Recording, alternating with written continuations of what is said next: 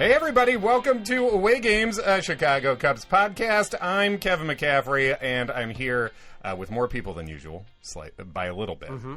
I mean, by a large percentage, but by a little, by a few people. Adam's here. Hey, what's up? Adam Amwala, that's normal. And we have a guest on the show today. It's a special guest show. We have a guest debut, getting your call up. We got Greg Huss. What's up, Greg? Hey guys, how's it going? How is it going? I'm glad to finally get the promotion. Yeah, yeah. You got called up. You can keep the ball. We'll send you a ball to keep after this. Is that how? It seems like there's no other way to pronounce your last name, but I guess I've never said it out loud before. Is that correct? Yeah, Greg Huss. Okay, cool. Yep. And we're now Greg. You got it right. Greg has his own podcast, the Growing Cubs podcast, where you talk about the minor leaguers, prospects, and all that stuff, right? I do, yeah. You guys can follow it kind of wherever you can find podcasts, probably wherever you guys have your podcast at. It's just the Growing Cubs podcast. We're through Cubs Insider and just started up this past season, and we are the only Cubs prospect podcast out there, so it's pretty sweet. And I'm on it with my co-host Jimmy Nelligan, and every other week right now during the season, it's every other week. We sit down and talk Cubs prospects, and during the season we do it every week just because there's more news to talk about. But yeah, so everybody out there, be sure to give it a follow and listen, and we love putting it out there for you guys. Yeah, do that. This, obviously, Cubs Insider's great. Follow them at Real Cubs Insider. Follow Greg at Out of the Vines. Very, very accurate, on brand. That is one of the most difficult things when you're getting into the Cubs Twitter world, the blog world, trying to figure out like what's the clearly Cub angle that has not been covered otherwise. Yeah. Yep. I came up with that like years and years ago when I first joined like the Cubs Twitter game, and I was just like, this is fine, this is good, and it's stuck. So now I'm like 6 years later, and here I still am out of the vines. It makes me think of that Andre Dawson commercial where they find him stuck in the vines. Yeah. What year is it? That was my thought. Yep. Yeah. He just comes. That was many years ago. And that was exactly my thought when I created it. That's great. And we've done one other episode. We did an episode at the beginning of before the season started with Brian over from Bleacher Nation, who is another prospect head, the prospect expert over there. And this is keeping alive the streak of only Cubs prospect experts that we talked to on my podcast that I have gone to one of their schools. Because Brian and I went to the same high school. We went to Hinsdale Central High School. He was friends with my younger brother, which I didn't even know till long after I was following him. And then he went public, Masked Singer style, and revealed himself. Wow.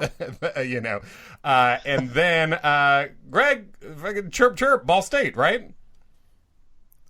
Yeah, hell yeah. Yeah, no, I was actually just there a few weeks ago visiting some buddies my buddy was playing he's an assistant basketball coach, and he was playing a game against Ball State, so I made it back up to good old Muncie for the weekend a couple weeks ago. So yeah, chirp.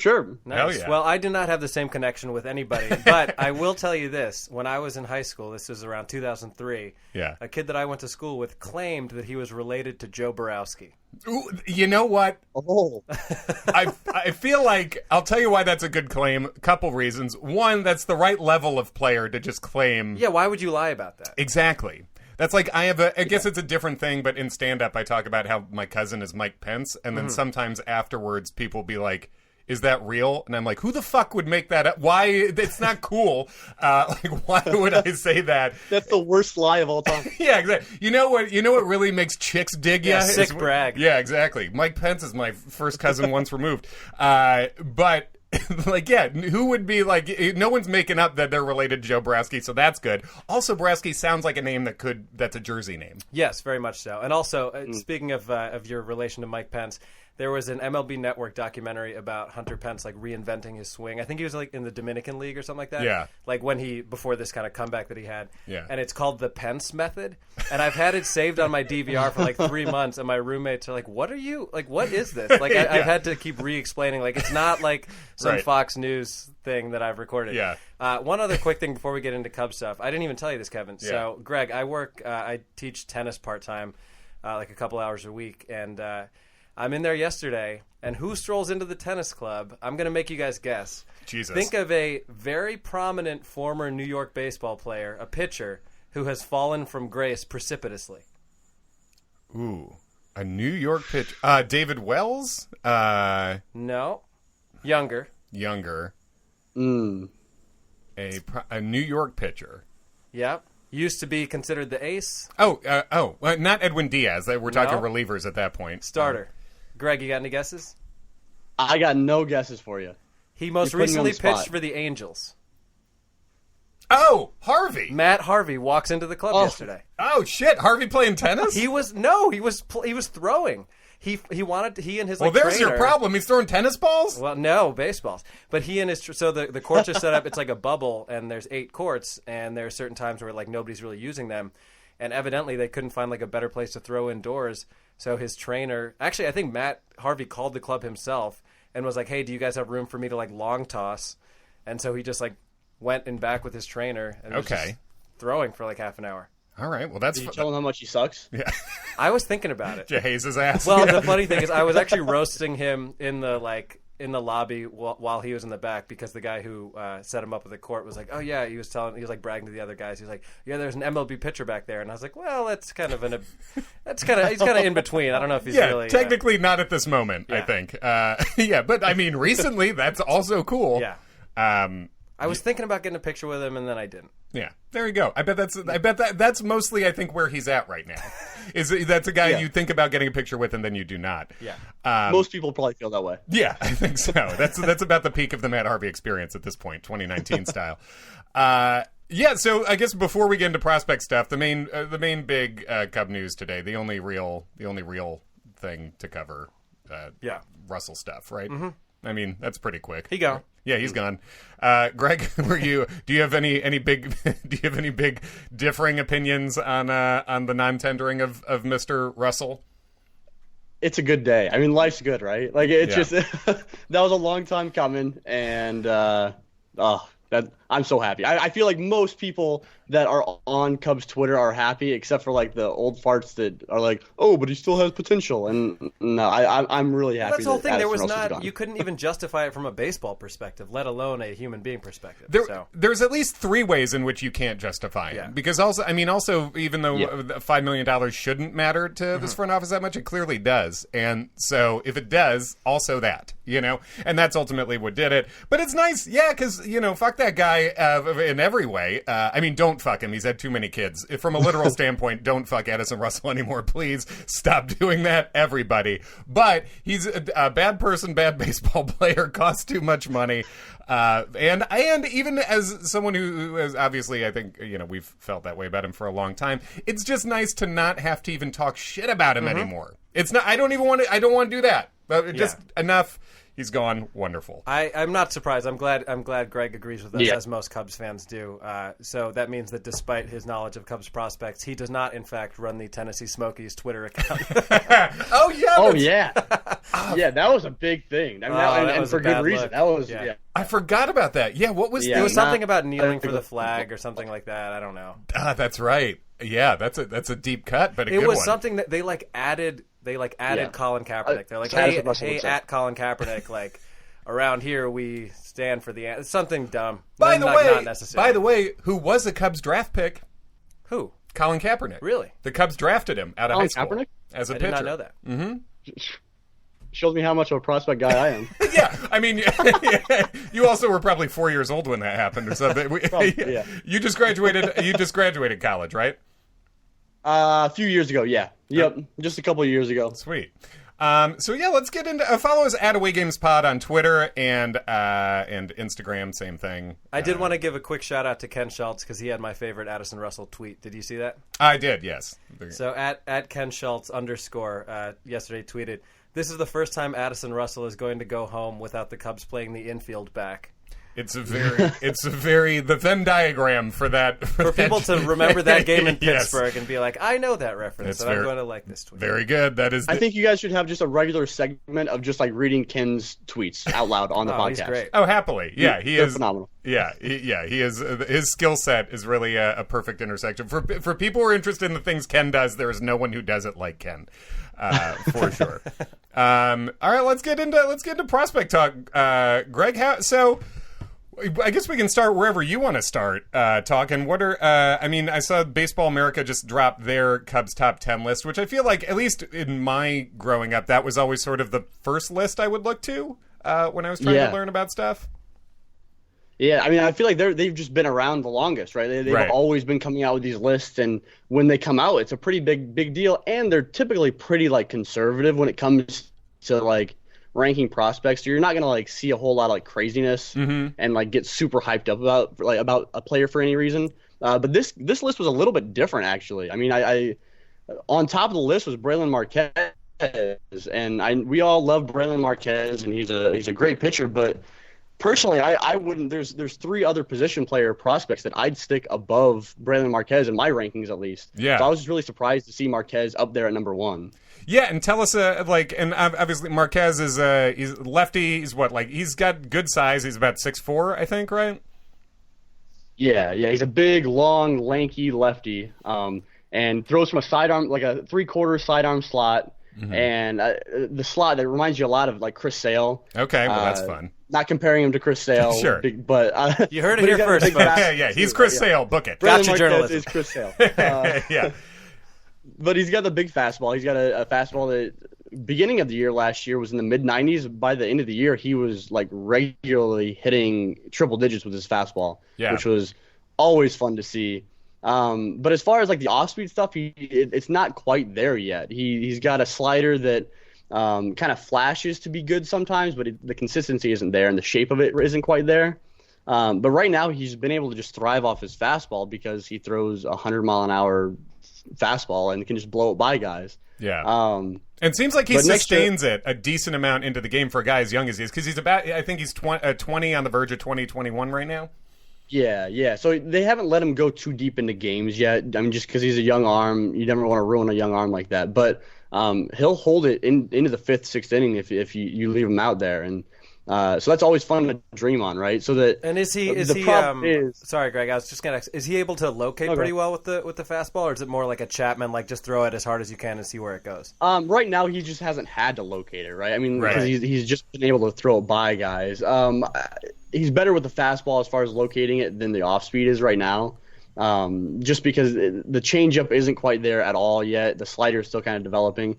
Right now he's just been able to kind of thrive off just throwing it by guys, really, when it comes down to it.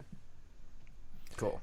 Yeah, it does seem like with a guy like that, obviously we're all hoping this is a guy who can come up and be a sort of top-end starter that the Cubs haven't developed. I mean, it feels like... Well, they've developed no pitchers at all, pretty much. Yeah, for a long basically time. ever. Yeah. It's like they traded for Hendricks. Yeah, one is better than none. Yes, exactly. Traded for Hendricks, had him in the minors a little bit, so, I don't know, a half point for that.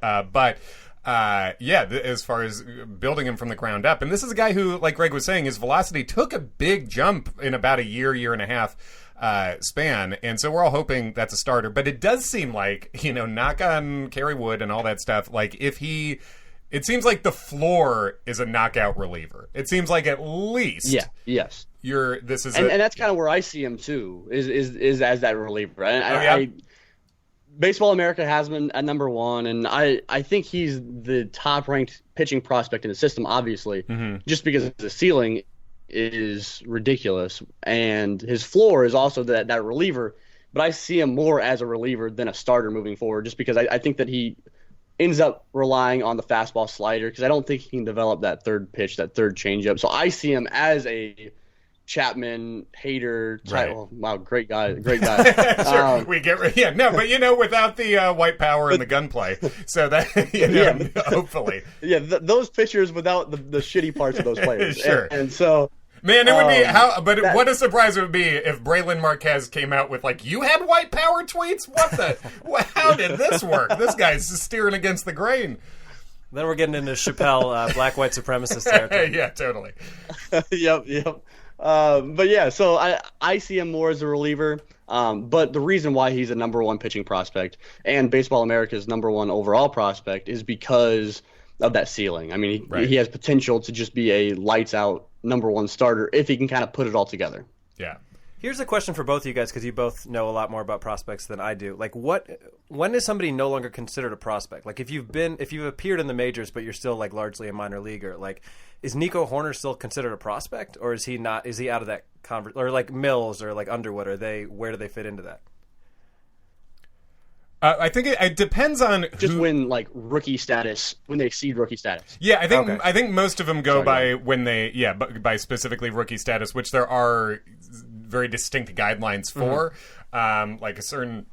I forget if it's a certain number of games or at bats or whatever it is, but Nico still counts as a prospect, for instance. Right. So he's still a prospect. Vlad Guerrero Jr. is not anymore. If it, correct. It gets super tricky, right? I mean, I know, like, at least for me, when I go to like rank these different prospects, it gets super hard for me when I'm trying to rank a guy like Nico or like Alzolay. That's still technically a prospect, but they've already made the major leagues, right? For these prospects, that's the goal. Is to make it to the major leagues.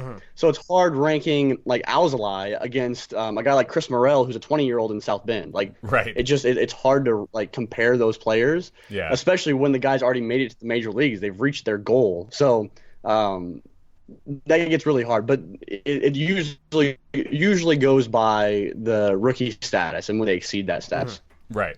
And you mentioned Alzolay. So one of the things that stood out to me most about the Baseball America list, and like everyone has a different list. Fangraphs is going to have a list. Baseball Prospectus has a list. MLB Pipeline has a list. But Alzolay, they did not include Alzolay in the top 10, even though he is prospect eligible, which I guess was for health reasons, right? Yeah.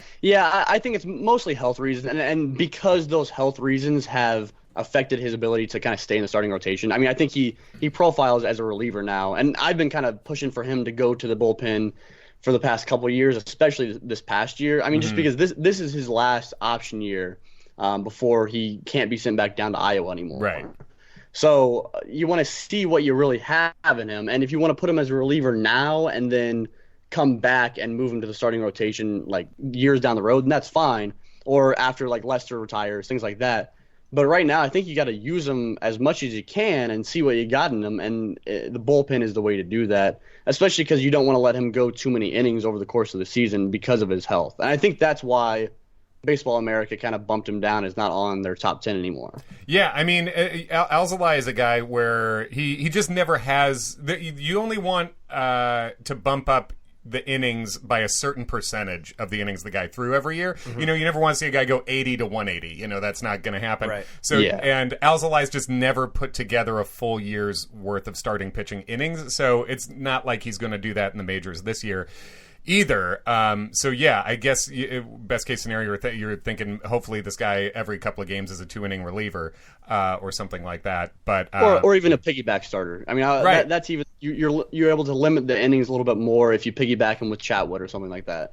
Right, and then you just start looking at this bullpen. And it's like, so what? A third of this bullpen is piggybackers because you got Mills and Underwood are kind of in the same category. Mills, Underwood, Chatwood. Yeah, and Alzolay. Chicago Cubs or Tampa Bay Rays? Yeah, right. Get some openers. Opener city. I mean, that fifth rotation spot is really sitting wide open. And depending on how you feel about Lester, it might be the fourth rotation spot that's sitting wide open right now. Lester or Quintana, really. But yeah, so yeah, that was a weird thing. Also, weirdly encouraging if BA sees 10 Cubs prospects at this point as being worth ranking even ahead of a reliever, Alzolay, honestly. So you mentioned you had 3 position players that you would have ahead of Marquez. I assume mainly because you see Marquez as more of a reliever.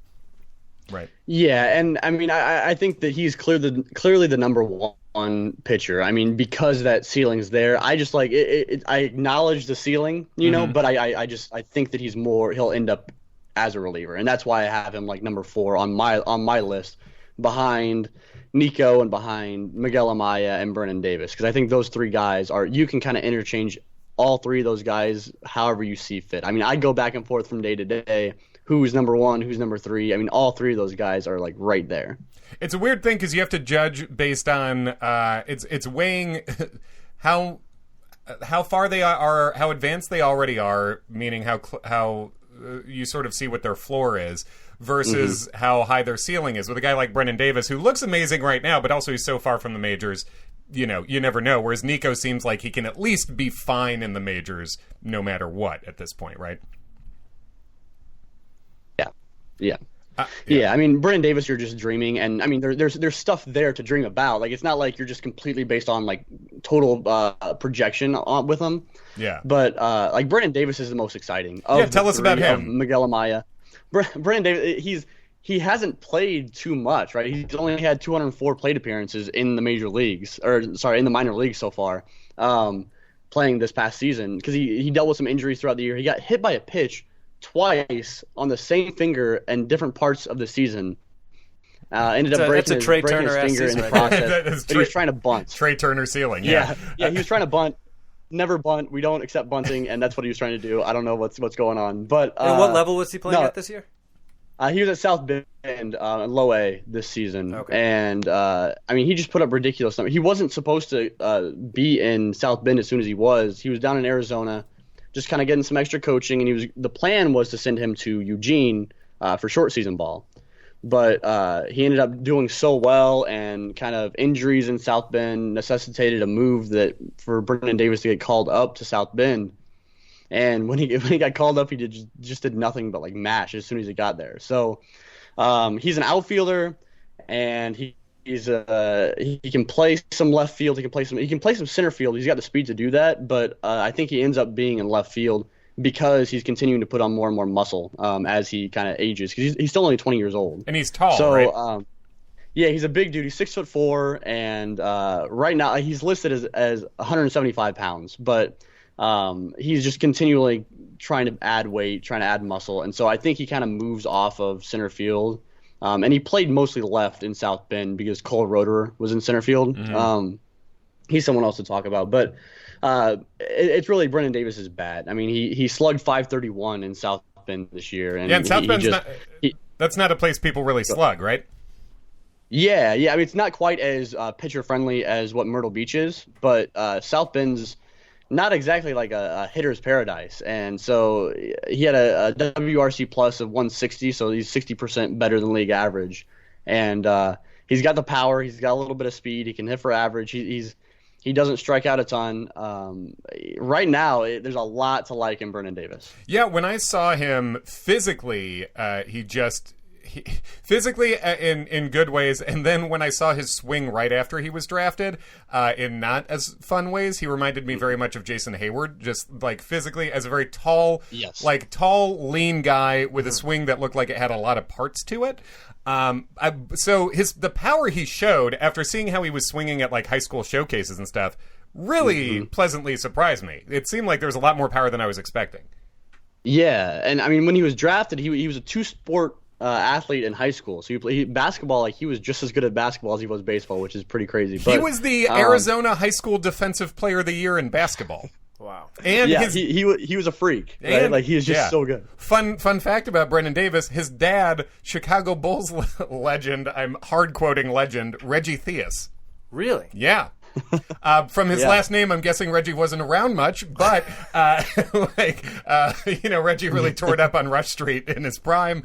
He was a real Mark Grace character. Yeah, it was really kind of a Mark Grace situation. But yeah, so that's a weird connection too. But Brennan Davis, like speed, power, athleticism, and genetics. And genetics, yeah, exactly. And genetics, yeah. So I'm kind of curious to see where he ends up like after this offseason, because last offseason was like spent the entire year like revamping his swing and rebuilding his body and things like that. So now that he's got a full offseason to kind of work on just improving and not just like shaping himself, it's going to be a fun year in 2020 for him for sure. Yeah. And then we talked about Nico. Nico, I guess, is a guy we've seen more. Do you have any Nico questions specifically, Adam? Well, I mean, I guess where do you see Nico? Like, I think most people don't see him being on the opening day roster. Where do you see him fitting into the Cubs plan? I think those people are stupid. You're big Nico opening day. I would understand him starting in Iowa, and I get that. I just think that he's ready for Chicago. I mean, they've moved him up the system really, really fast, obviously. But he's an advanced both like mentally and physically. He doesn't have a lot of like bust in his game, and we talk about a low floor guy. He's one of those low floor guys. You don't want to. I was unhappy with like how they rushed Ian Happ up to the big leagues, right? Because he has a lot of swing and miss, and that gets exploited once you get to the major leagues. But Nico doesn't have hardly any of that. I think he's just a different player than a lot of these guys that we've rushed up to the big leagues, and I think that he can handle it. And I think that giving him that next challenge is important because I think sending him back down to Iowa, he might just. I think that he would do better with a bigger challenge, and I think that if he kind of fails a little bit in Chicago, that's not a big deal because he'll be quick to bounce back out of that. Yeah, it could be a thing where it's just based on at bats, I guess, because the Cubs are the roster is weird in that second base is open, and we also have 14 second basemen, I think. Like, so it's weird because Ian Happ has been fine there, except when it's a pop up. Weirdly, the outfielder can't catch pop ups. Well, his range isn't great. Yeah, it's not great, but it's sort of a classic offensive second baseman. He can do it, but you also have Bodie who is fine there. You have God dang it, Descalzo Kemp is still around. Tony Kemp, that's right. That's another one. So there's so many second basemen. Who knows what's going on with Zobrist? But yeah, Nico's a guy where when you talk about all the trades that have been floated for the Cubs this year, a lot of it's been centered around diversifying the kind of hitters in this lineup, right? And that's why Castellanos was fun, besides the fact they hit it over the wall so much. But just a guy who makes contact a lot. And Nico is a guy like that, right? He diversifies the lineup in that way. Like if you immediately on an opening day roster slot Nico in at like your 7 or 8 spot, I feel like that's great. Or a 2 even, depending on how he's like an old school 2, right? Yeah, where it's the slap and go guy. He really, it seems to me like, and this is a hard thing, and I think this will be a big decider as far as like what his ceiling ends up being. But he sort of has so much contact ability that it can be to his detriment, sort of like it was for Starlin Castro and Albert Almora, guys who can make contact with everything, but you shouldn't. You know what I mean? So it's like where you're making contact on bad pitches to hit a lot. So I think just making him a little more selective, which is a lot easier said than done. But yeah, I think I'm sort of on the same page. If he can get enough at bats, I think obviously we saw him play good defense at short. And having someone to back some errant throws, which Rizzo helped him out with, but I mean, I think he looked pretty good. A fine backup at shortstop, and then I think he's a second baseman that can also back up at shortstop, and adequately back up at shortstop. Yeah, and he feels like a probably plus defender at second. So I think that's exciting. So the other guy around the top 4, and I feel like the Cubs system as it stands right now is there's a top 4, then there's a break, and then there's the rest, right? So you want to tell us about the other one? Yeah, Miggy Amaya is fun. Miggy Amaya might actually be my, if I'm like right now, today's the day. Ask me again tomorrow. But today, Miguel Amaya is probably my number 1 guy. Okay. He was just added to the 40-man roster, which kind of gives him a leg up as well as Nico. But he was just added to the 40-man roster. He's a plus catcher. Everybody that I've talked to in the system as far as pitchers go just love the way that he calls a game. And that's a big thing he's still only 20 years old too, and he hasn't been above Myrtle Beach. But all the pitchers love how well he calls a game and treats his pitchers and is able to frame pitches, things like that. Coming up, like when he first kind of burst onto the scene, it was all about his arm, his throwing arm, throwing guys out, and that's still there too. The kind of part behind the plate that can still improve a little bit is the blocking ability, and it's not bad at this point, but it lags behind the other qualities of his defensive game. And then over the past couple of years, the power has just come to play. He's been in 2 leagues that have not been great for power when he's been in South Bend and Myrtle Beach. Myrtle Beach is so it zaps power so bad for these prospects. So you look at their stats and you look and see that Amaya homered 11 times this past year, and you're like, only 11 times, but he's had a WRC plus of 122. Yeah, that's great. He has a lot more power than what it actually looks like as far as like the counting stats, Right. What's the reason for that? Is it that the park just plays really big, or or is it like the ball isn't juiced? Is that the thing? That's part of it, I think. Well, part of it's the ball not being juiced, and part of it's the bigger ballparks in the Carolina League, and the other part is it being right on the water out there. Right, it's literally sea level. Yeah, and it doesn't make it easy to just – the ball doesn't carry at all out there, in addition to being big parks and not a juice ball. So that just doesn't help with those guys. And it probably frustrates them a little bit too, I'm sure, that they're like, oh, I stung that one pretty good, but it doesn't get out. But it makes a big difference for when they get up to Tennessee and Iowa, obviously. And that's where we'll see Amaya next year is in Tennessee to start off the year. Yeah, he really does have offensive breakout potential there. Offensive breakout potential in the way that we can see and understand, really, playing in Tennessee. But yeah, having a catcher that has plus grades defensively across the board, and like you say, how much pitchers like seeming to throw to this guy who's only 20 is very exciting when he also seems to have plus power. And you think of how Wilson Contreras is a top 3 major league offensive catcher.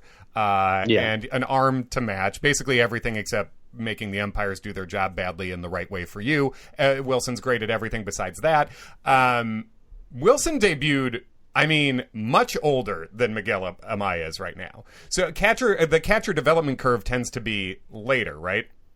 Yeah, and these guys, right now with Amaya, it's just kind of a 1 year, one level type deal, right? He spent all of 2018 in South Bend, all of 2019 in Myrtle Beach. I'd expect him to spend all of 2020 in Tennessee, just kind of continuing on with this pattern. Yeah. But you're right. These catchers, they take a lot longer because there's a lot more to their game that you have to mold into being a major league ready product. Especially Wilson not even being a catcher initially. Right, yeah, he's a third baseman first, yeah. And so that's why Amaya kind of has the advantage is that he's always been a catcher. This has been what he's used to, and that's why he's already so advanced at calling a game. And I was talking we had Jack Patterson, another prospect we can get into later on our podcast recently. And Jack Patterson's a 23, 24-year-old guy, and he was talking about Amaya and just how great he is to work with. And you're talking about a Hispanic kid that is 20 years old dealing with a kid from New Jersey that is 24 years old, right? Yeah. And just being able to work that well with each other at such a lower level of the system is impressive in itself. So that's one of the main reasons why I'm as excited about Amaya as I am. And do you think the Cubs' seeming willingness to part with Contreras has to do with how high they are on Amaya? I don't know. I feel like I'm kind of curious to see how interested they are to actually get rid of Contreras. I know that he had value, but I think that Amaya is still a couple years out. And he has he's not going to make it to the major leagues and be a superstar right away because the bat wasn't the first thing to play. You look at Wilson, and as soon as he hit the major leagues, it was he's major league ready right now because the bat looked so good, right? But with Amaya, that's not going to be the case right away. It's going to be the defensive skills, and then he also brings the power to the game. But he's going to have a learning curve once he reaches the major league. So I think that there's time to kind of get him used to the level with Wilson even there potentially, or Vic Caratini or any of those guys. But I think catching depth is a good thing that this system has right now. Yeah, and we talk about Caratini is a guy who really had a sneaky breakout last year. Another guy who was originally a third baseman like Contreras was. Yeah. And then we have Amaya here, and then the Cubs also have. Do you know much about Ethan Hearn? Yeah, so no, not really because he's so young. Right, high school draftee, was drafted right? This year. Yeah, he was drafted this year, and he got the feature on the top 10 list for Baseball America. He's a young kid, right? He's an 18-year-old.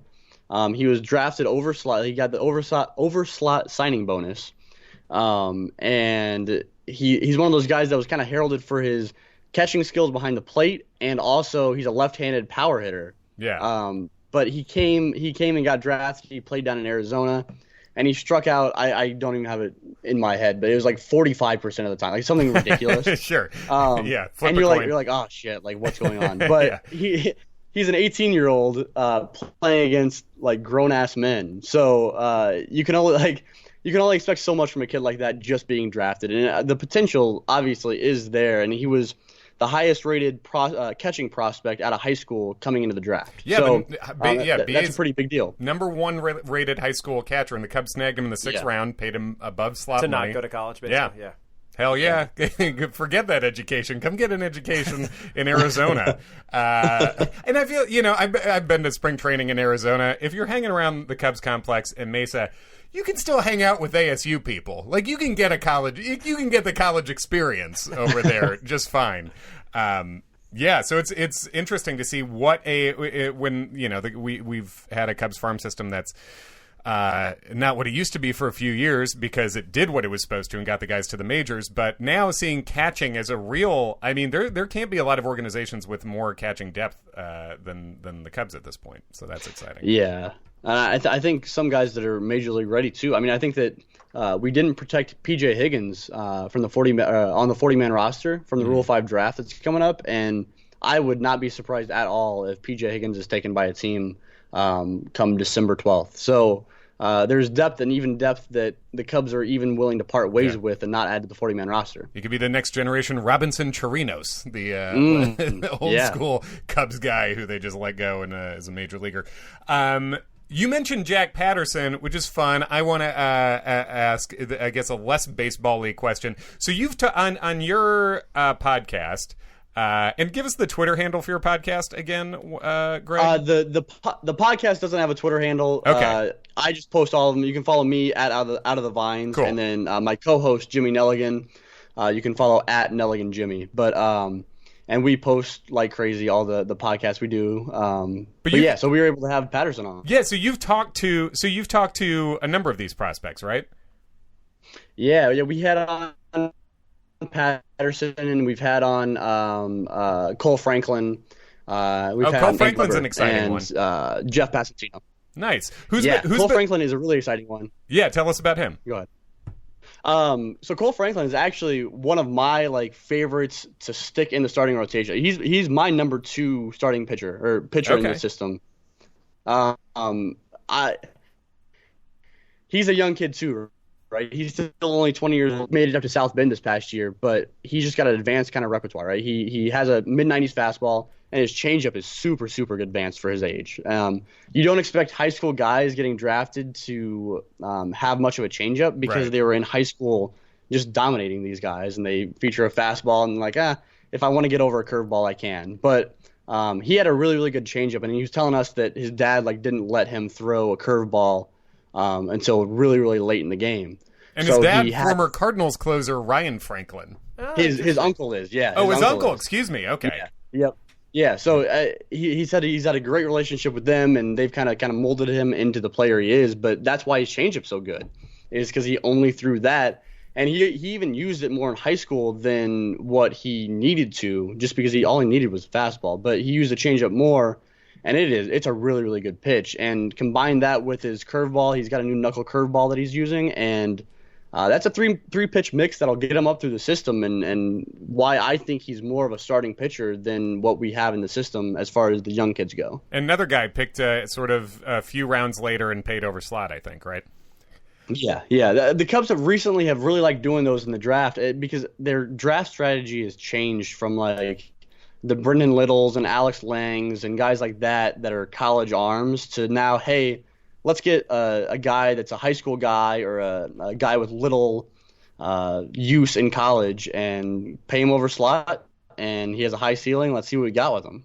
Who of the guys you've talked to on the podcast, who's been the most fun or most interesting just from a personal standpoint?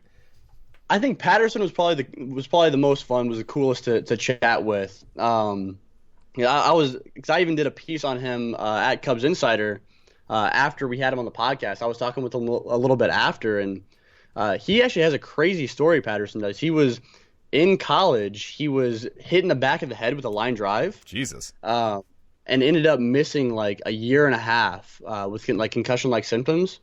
And so he was out of baseball for a super long time, ended up coming back. It didn't really work. He was still having some concussion problems and ended up making it back. And his story is just super cool. But so he was really good to talk to. And then really most of the guys we've talked to, because they're so willing to come, like the guys that have come on were so willing to come on. They're all pretty cool guys. Like we're not getting any like real like douchebags on the show. I can't wait till we do though. Yeah, that'll be. I bet Matt Harvey's going to be a real piece of shit when we have him. Can't wait to have Matt Harvey. I'll contact him, see if we can get him on the pod. Yeah, Harvey but next week. So a lot of pretty cool guys. I mean, I know we had Andy Weber on recently, and he actually was he helped out. They had the minor league or the Class A home run derby and all-star game in South Bend this year, and Brendan King, who is the play-by-play guy for South Bend, called like the home run derby, but he had Andy Weber on as his like guest caller, like the color commentator, and so it was pretty entertaining. And so we had him on, and he was just as entertaining on our podcast as he was for the home run derby. But we've been lucky to have some good guys on so far. Nice. Which of the stadiums have the two of you been to of the minor league teams?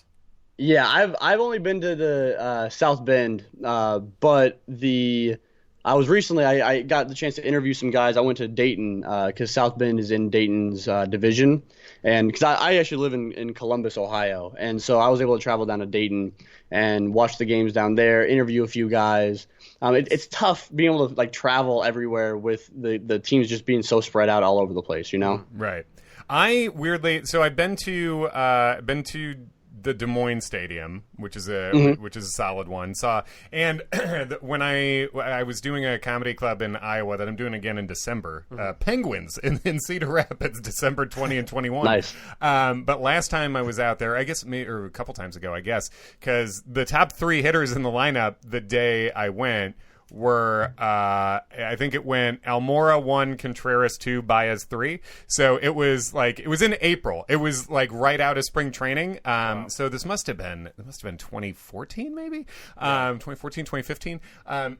But so I saw a good day there. And then I haven't been to any of the other Cub affiliates. Weirdly, I haven't been to South Bend, but I saw a game in Wilmington that the Pelicans were playing, and of the players who were on the Pelicans at that time, David Bodie is the one, I guess, that was in that game that sticks out. Then also Charcer Burks, who I believe might still be in the system.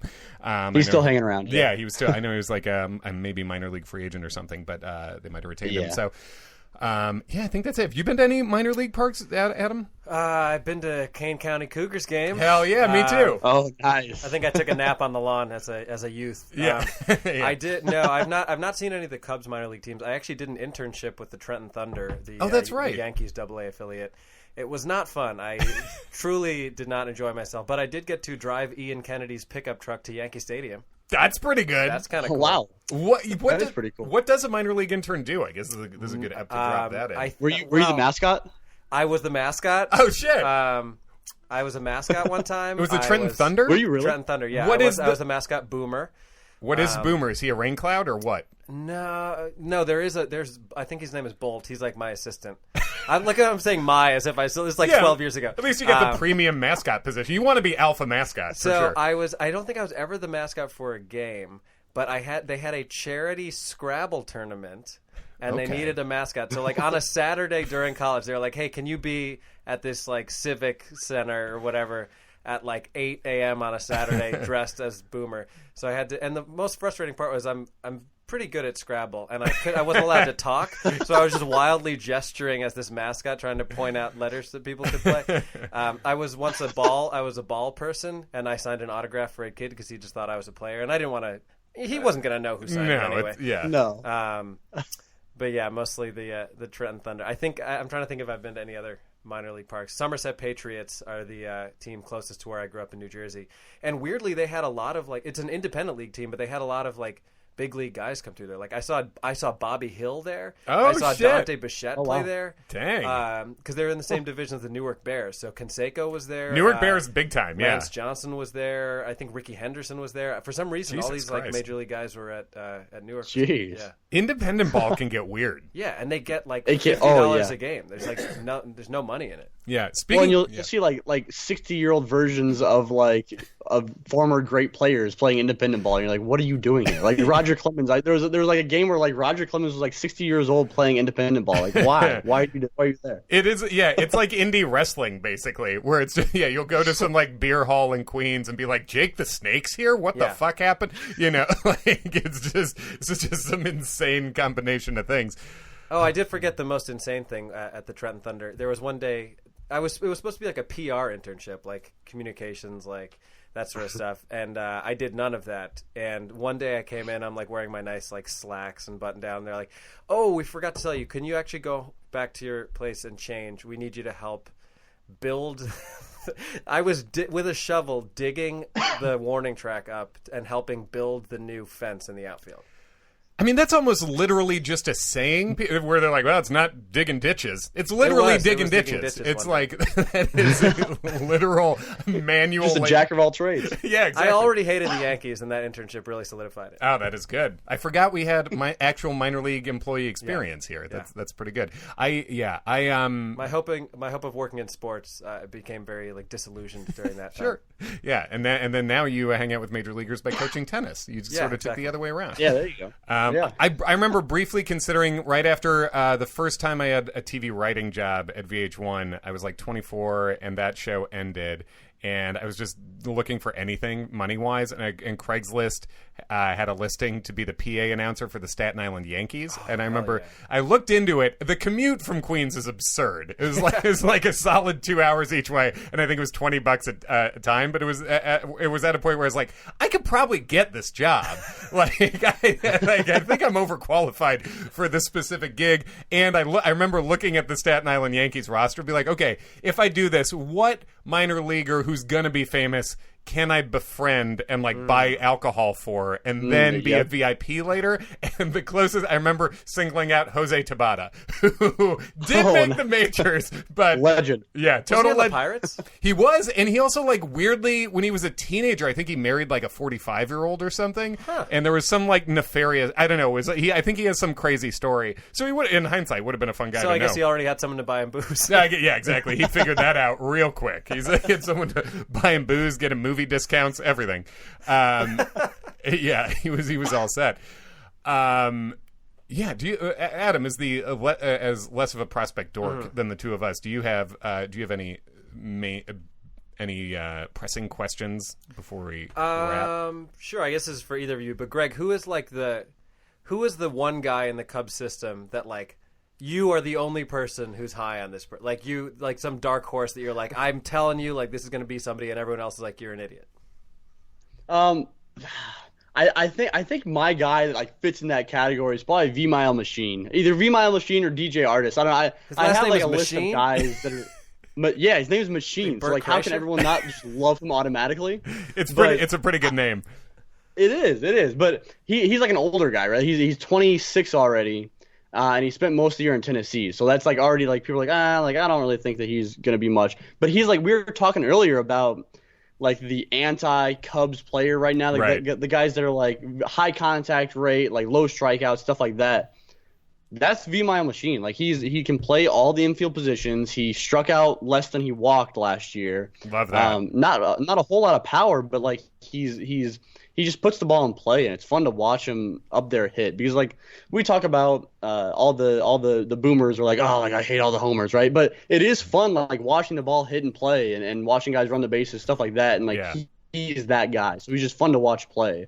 So I think that's why he's mostly my guy. And and like you said, he plays a bunch of positions. He literally played 8 positions in a game at the end of the year as kind of a goofy stunt. But yeah, people don't really get horny for Martin Prado comps, you know. Yeah. But like that is basically this is a contact utility guy. Yeah, I'll bone up for a Prado comp, a Placido Polanco, if you will. Sorry, it's getting hot in here. Yeah, it is. I'm gonna take this hoodie off. But yeah, that's a good, and V-Mile Machine is just a great name. And I love your DJ Artist call, because he is also just sort of a guy that I feel like I've always as a child and a high schooler who was a speedy center fielder who played defense and got on base. The Cubs, you're a real Tony Campana type. That's really that's what always what I've wanted is that kind of guy. And we dreamt on Patterson and had a beautiful half year with him basically, and then Felix Pie, whatever. He had a nut problem, and that sucked. Sam Fold, yeah. But DJ Artis is kind of like, he's a center fielder who gets on base, right? Yeah, he's just the fastest guy you'll ever see. And his numbers in college were like the most ridiculous things you'll ever see in your entire life. I don't have them pulled up right now, but he was at Liberty, like some small school. Yeah. And just put up the most ridiculous numbers you're ever going to see. Like, he got on base at like a 600 clip or something. Yeah, high school numbers, yeah. He walks a ton. Yeah, he walks a ton. He gets on base. Doesn't strike out quite as much. It's higher than I expected it to be, but hits for average. He's got a little bit of pop. He's a small guy. Like, he's only like 5'9". It's like a Giambrone type. Yeah, Giambrone. Yeah, Giambrone power from Giambrone frame. Not quite the power that Giambrone has. He's right. Artist will be more of a he's a lefty hitter, and he'll be more of a on base speed type of guy. I mean, he'll steal you some bases. He stole 19 this year. Only pretty much playing like half a year. Nice. And he'll steal you some bases and get on base and hit for more contact and power. But he's just a fun guy to watch. He kind of falls within the V-Mile Machine category where he's fun. Like, I don't expect him to be a leadoff guy of the future. Like he'll be with the Cubs for 10 plus years and leading off and an all-star, things like that. Right. But he's just fun to watch, and he could make an impact in Chicago one day. What's So his it's fun name? to watch him. DJ Artist, yeah. DJ Artist? Yeah, Artist without the T, yeah. Man. Correct, yeah. So here, it would be a deep cut if he gets to the Cubs and then his player weekend jersey says Castellanos. It'd be like the reverse. Yeah, that's right. Flip it around. He would be showing some real good knowledge. I do have one specific. Machine and Artist, those are a couple good names. Yeah, those are great. I have a specific question about a dude who I was excited about last year, and then I don't know what happened with him. I always mispronounce his last name, but Dakota, is it Mekas? Like, what's going on with him? Yeah, no, it's Mekas. Yeah. Okay. So on the podcast this past week, on the Growing Cubs, Jimmy and I talked about Dakota Mekas because he didn't get added to the 40-man roster this past week. So he's going to be able to be drafted in the Rule 5 draft, and he will get taken. Like, I don't expect him to be a part of the Cubs organization anymore. Okay. He just absolutely killed it as a relief pitcher since he's been drafted up until this past season. He was just unbelievable numbers across the board. And in this past season, he hit AAA, and the numbers kind of ballooned. And a lot of that is because of the juice ball in AAA. Like, everybody's numbers just went through the roof once they got to AAA because they were just giving up home runs at an outrageous rate. Yeah. And Mekas was kind of like a major victim of that. He's ever given up in his life, and the numbers weren't pretty. But the thing with Mekas is that he's a big dude. He's 6'7", and he's listed as like 220 or 250, but he's every bit at like 275. Yeah, he's at least that. Yeah. Is he more of a fly ball pitcher? Like, is that part of the issue for him? With the he throws a sinker. He got a lot of fly balls this past year, more fly balls than ground balls. But he's a sinker. He's a sinker baller. And really, there's a lot of late life on his sinker because he's so big. He's so big, and he comes out of weird. It's similar to a guy that I can't describe the motion quite do it justice, but he kind of explodes to the plate, right? He explodes like how Carl Edwards Jr. when he pitched for the Cubs. He got more perceived velocity than actual velocity. Right, he has a weird amount of extension. He extends very far to the plate, like a legal Carter Caps kind of, where he just it's a lot like Carter Caps. Yeah, he just basically he throws really weirdly for as big as he is. His fastball, I think, is like 92 to 94 for the most part. But it plays harder than that. Mm-hmm. And even in last year, when in the small sample with the juice ball AAA, he gave up some homers and the numbers were inflated. Still extremely tough on righties. So yeah, as Greg says, that was a surprising guy to leave unprotected to me. Yes. Of the guys they did leave unprotected. So we'll see if a team does pick him up. in the Rule 5 draft. It seems like, I would also not be surprised if they did. And then it's just a matter of whether he stays with that team, or if they option him, then the Cubs get to take him back. So, yeah. Yeah, and I think that he will get picked up. I mean, because I think right now he's one of the top guys that the Cubs have in the entire organization at getting right-handers out, like major leaguers included. And a team like the Royals or the Orioles or the Tigers, someone like that, is going to draft him, and he's going to get 80 innings for him this year because he's that good at getting righties out. Now, lefties are a major problem, but a shitty team like the Royals is going to take a flyer on him and give him a shot at just getting a whole bunch of innings in. So I was really disappointed to see him not get added. I know that a lot of other prospectors out there were really disappointed. Yeah. But I think that he could carve out a decent major league career, and I'm disappointed if not.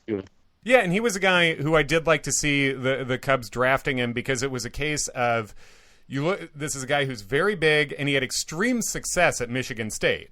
But he just didn't have the biggest stuff, and I think they took him in the 10th round. I think it was like that deep in the draft. So I really like seeing the Cubs at that level of the draft take a flyer on a guy who just produces, and not getting too scouty about it, being like, well, this guy's really good for some reason. Let's take a flyer. And up until Let's this see year, why. Up until this year, he had extreme dominated. So yeah, that's a great question. I guess my last question before we wrap things up here would be who's someone maybe that we haven't talked about, or if there's no one from that category, who would you say we might actually see by the end of the year making their debut out of anyone? I guess tiebreaker being someone we haven't talked about yet, but if not that, yeah. I think that a guy that kind of fills both of those like qualities that you just mentioned is Cory Abbott. Yeah, I mean, Cory me too. Abbott. He was the Cubs minor league pitcher of the year this past year, and so you'd think he'd be getting more hype, but for some reason people just kind of forget about him a little bit. Yeah. And he was incredible with Tennessee this past year, and I think that I wrote a piece at Cubs Insider that said that there's like the off chance that he could make the major league roster out of spring training. He'd have to have a hell of a spring training, and a lot would have to go wrong, I think, for him to start the year in the major leagues. But by the end of the year next year, I think it's a real possibility that he gets some innings in Chicago. He consistently over the course of the year, right? Like Brailyn Marquez, his late July to August was just like he was by far the best in the system. But from season begin to season end, Cory Abbott was consistently the best pitcher in the system last year. I mean, he struck out guys at a high clip. He didn't walk a whole lot of guys. He held his opponent batting average really low.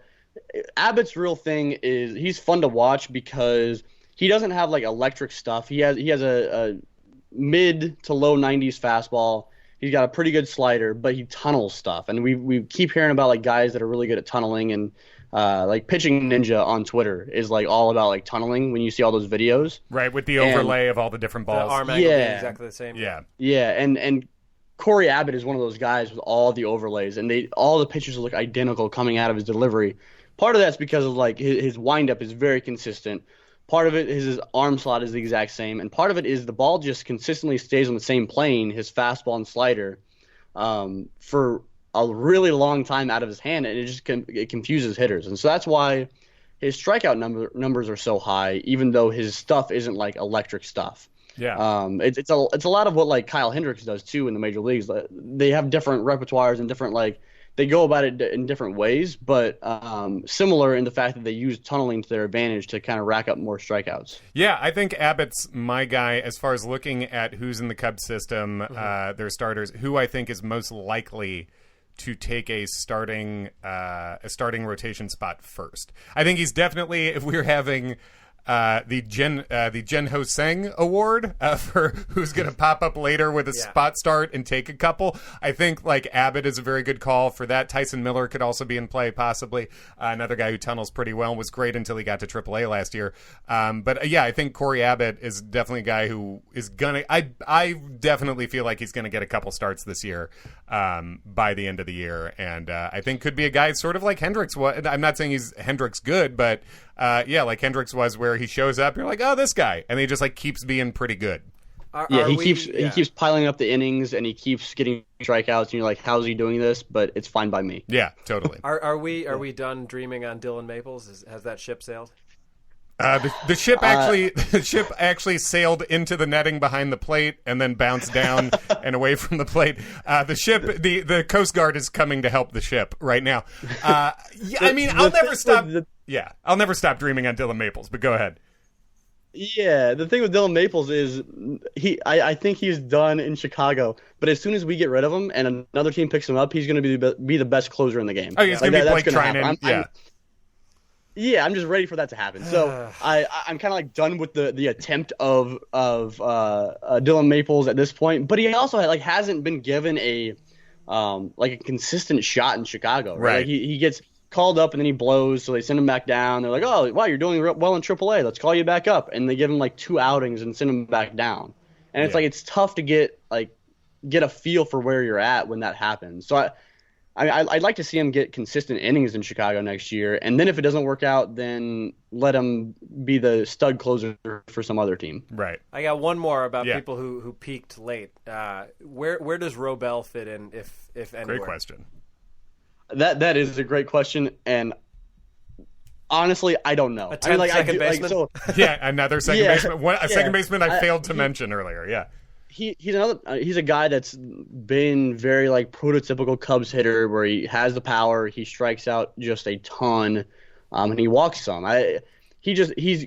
Unless he can cut down the strikeouts significantly, I don't think that he has a future in Chicago, just because the strikeouts are just unbelievable. I mean, over the course of between Tennessee, Iowa, and Chicago last year, he struck out almost 34% of the time, and that's just a crazy, crazy high number. He's a guy. So he can be really, really impressive across the board. Besides that, but if he keeps striking out, it doesn't really matter. Right. He's a guy who might be really helped by the addition of that 26th roster spot next year, because that is a rule change going into next year. Every team gets a 26th roster spot, and a guy like Robel who can play multiple positions, can come off the bench, switch hit, and put one over the fence every once in a while. I think his ceiling is like Rougned Odor, where it's like really good power numbers, hits 200. Yeah, Rougned is an interesting guy because he came on and looked like a superstar, and it's now he's basically the Elmore of the infield, but with power. Right. Because his he's aggressively bad. But that's I think Odor-ish in terms of an infielder who has a lot of pop. For sure. Right? Yeah, he's Odor just hits punch somebody and then he sucked. He was good, punch somebody, he sucked. That was his thing. That might be the only successfully landed punch in a baseball fight ever. Yeah, that's true. It is. Other people don't even land throwing stuff. See Bryce Harper and Hunter Strickland, but they it was a pretty well landed punch. He squared that up at least, I guess. All right, I think that's been a pretty good ep, Greg. Thanks for joining us via Skype from Columbus. Yeah, no problem. Thanks for having me on, guys. I really appreciate it. Anytime you guys want some prospect insight, then I'm more than happy to be your guy. I enjoy coming on. You guys put together a damn good podcast. So thanks, man. Glad to be on. Thanks, man. And give us all your info one more time where people can find you in the Growing Cubs podcast. Yeah, you can find me on Twitter personally at Out of the Vines. You can find the Growing Cubs podcast on Apple, on Spotify, iHeartRadio, all that good stuff. And then you can find my writing at Cubs Insider, at Real Cubs Insider, on Facebook and Twitter and Instagram and all that good stuff. Sweet. And we didn't even talk about Thrive Fantasy, I guess. Oh, we didn't. Let's do it. Yeah. If you're listening to an hour long, us talking, 3 guys talking about Cubs prospects in fucking December. You are ready for these. You are ready to gamble every day of your life, and boy, can we tell you who can help you with that. Thrive Fantasy is a new DFS app for prop bets. They have streamlined the drafting process and eliminated the need to do unnecessary hours of research by using only top-tier athletes. Basically, it's a bunch of really fun prop bets. We've been getting good feedback about it from the people who have tried it out. Use promo code awaygames, all one word, and get a free $10 bonus with your first deposit of $10 or more. Yeah, do that. Do that, and then also you get it's $10 free right away, so you win that first bet. Make some Zach LaVine bets, have some fun. Yeah, and I'll tell you, no bullshit, guys. Then we get money, so that's another reason to like it. So you win the first bet, we win the bet. That's lovely. Follow us at awaygamespod on Twitter and Instagram, all that stuff. And thanks for again, listening. Greg. Yeah, thanks guys, appreciate it.